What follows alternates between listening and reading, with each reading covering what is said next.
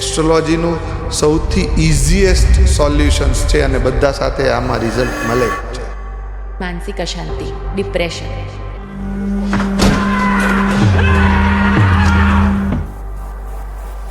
આમાં ગ્રહોનું શું યોગદાન છે? બિફોર ગ્રહો ડિપ્રેશન આવવાનું કારણ છે એક્સપેક્ટેશન્સ, કમ્પેરિઝન અને સ્ક્રોલિંગ.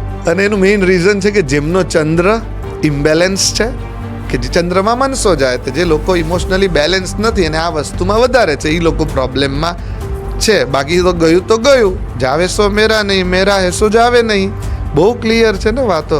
અને જનરલી ડિપ્રેશન તો રિલેશનશિપનું જ 100માંથી 80 કેસમાં છે. પણ હા, એનો રેમેડીઝ બહુ સિમ્પલ છે ને તમને ઇઝીલી જ 2 મહિનામાં તમારી થોટ પ્રોસેસમાંથી બહાર કાઢી શકે છે. કોઈ સાયકોલોજીસ્ટને બતાવવાની જરૂર નથી જ્યાં સુધી ગાંડા નથી થઈ જતા.